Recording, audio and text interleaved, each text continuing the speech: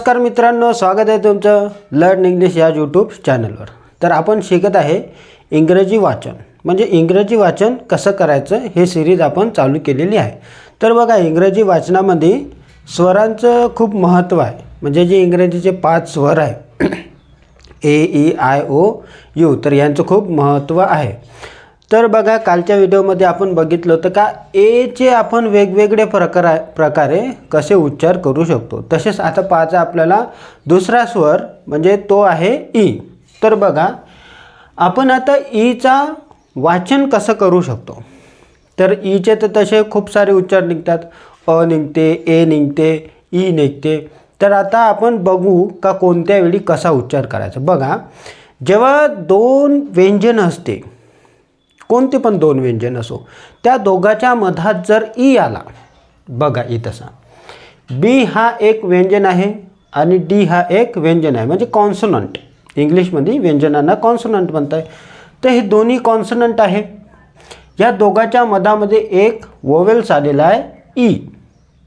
तर जेव्हा 2 व्यंजनाच्या मध्ये एक वोवेल्स येणार, तेव्हा त्याचा उच्चार ए असा काढायचा। तर बघा, वाचायचं कसं, बेड। बेड, बेड म्हणजे बिछाना, ज्याच्यावर आपण झोपतो त्याला आपण बेड म्हणतो। स्पेलिंग बघून घ्या, बी ई डी, दोघाच्या मध्ये ई आलाय, 2 व्यंजनाच्या मध्ये एक स्वर। इथे पण बघा, 2 व्यंजनाच्या मध्ये एक स्वर आहे। तर हे कसं वाचायचं, बेग। बेग म्हणजे भीक मागणे। बेल, बेल म्हणजे घंटा, जे तुमच्या शाळेची डोर बेल, मंदिरातली वगैरे जे बेल असते ते बेल। नंतर आहे बघा बेल्ट। बेल्ट म्हणजे पट्टा, आपण जे कंबरला बांधतो ना, तो पट्टा म्हणजे बेल्ट।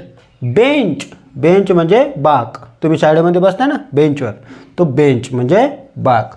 नंतर बेंड, बेंड म्हणजे वाकणे किंवा वाकवणे। आता जसा हा हात आहे, तर मी असा केला तर हा हात कसा झाला, बेंड झाला, तर वाकणे किंवा वाकवणे।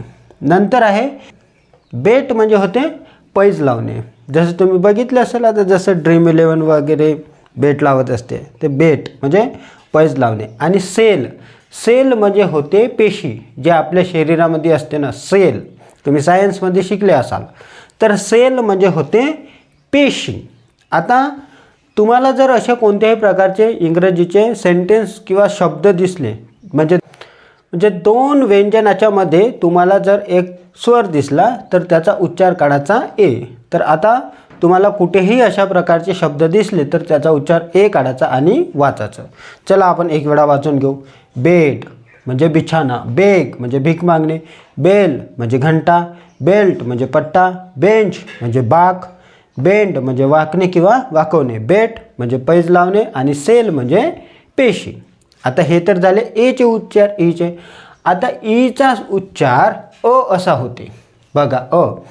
तर ओळखायचं कसं काय, याचा उच्चार कधी काढायचा।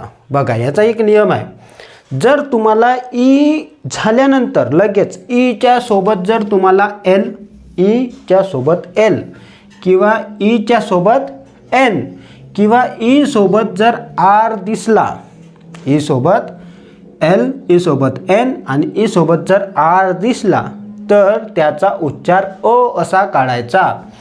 आता बघा, वाचायचं का, बॅरल।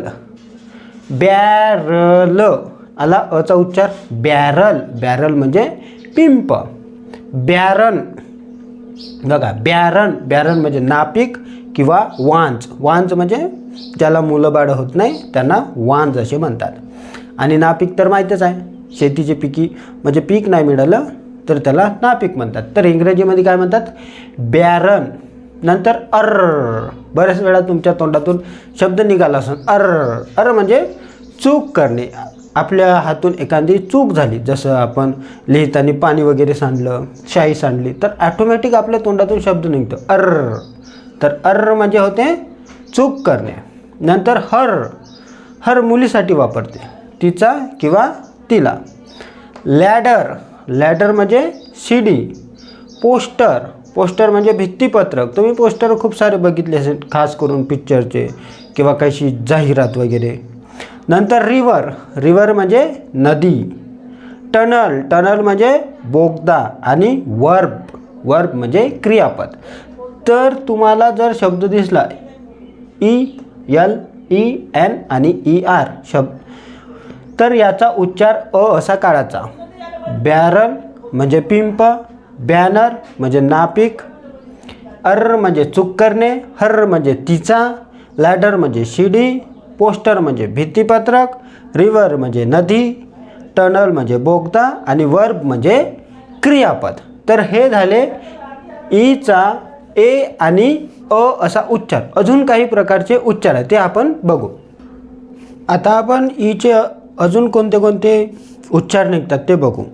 बघा, जसं आता ईचा उच्चार ई कधी काढायचा बघा.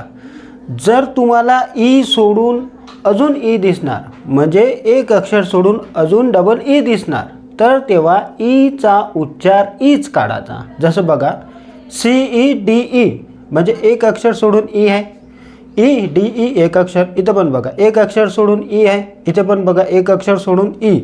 तर तुम्हाला असे कधीही ई दिसला एक अक्षर सोडून ई, तर तेव्हा ईचा उच्चार ईच असा काढायचा. बघा आता सीड, सीड म्हणजे सोडून देणे, आपण जा दे सोडून दे, तर ते आहे सीड. कम्पीट, कम्पीट म्हणजे स्पर्धा करणे. उच्चारावर लक्ष द्या, उच्चार आपल्याला सुधारायचे आहे. उच्चार सुधारता आले तरच इंग्रजी वाचता येते, नाही तर इंग्रजी वाचता येत नाही. नंतर बघा कंप्लीट, कंप्लीट म्हणजे पूर्ण करणे. जीन, जीन म्हणजे अनुवांशिकता वाहक. आणि इम्पीड, इम्पीड म्हणजे अडथळा आणणे. आपल्या कामामध्ये कोणी अडथळा आणत असेल तर त्याला म्हणायचा इम्पीड. आता बघा सीड, कम्पीट, कंप्लीट, जीन आणि इम्पीड. आता तुम्हाला मी आताच सांगितलं का एक अक्षर सोडून जर डबल ई आला, ई एक अक्षर सोडून ई आला, तर याचा उच्चार कसा काढायचा ई. पण इकडं पण तर आहे ना, बघा ई एक अक्षर सोडून ई, ई एक अक्षर सोडून ई सगळ्याच्या याच्यात. पण याचा उच्चार ई असा होत नाही. जसं मी तुम्हाला ए मध्ये सांगितलं होतं तसंच याला पण हा नियम लागू होतो. म्हणजे कसा, एक अक्षर सोडून इथे येणार, पण मधात जर आर आला, दोन ईच्या मधात आर आला, तर त्याचा उच्चार ई अ असा होतो. तर हे कसं वाचायचं, हियर.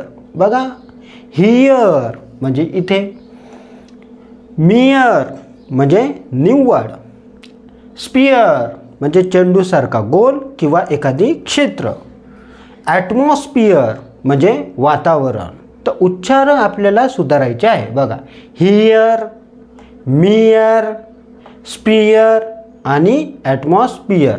तर अशा प्रकारे आपण आज ई या वोवेल्सचे उच्चार बघितले आहे.